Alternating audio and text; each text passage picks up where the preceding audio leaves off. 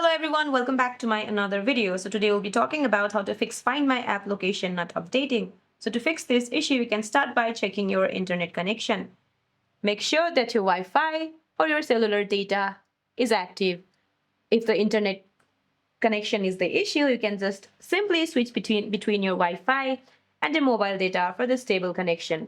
Now the next thing what you can do is go to your device settings and then tap on your name at the top of your screen. Now go to Find My. Once you go to Find My, just toggle the Share My Location off and back on.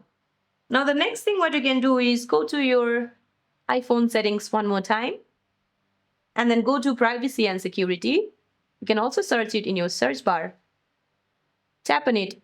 Once you go to Privacy and Security, go to Location Services and find My. Make sure that the location access is set to while using the app and the precise location is turned on. So that's it for this video, guys. I hope you like this video. See you in my next one.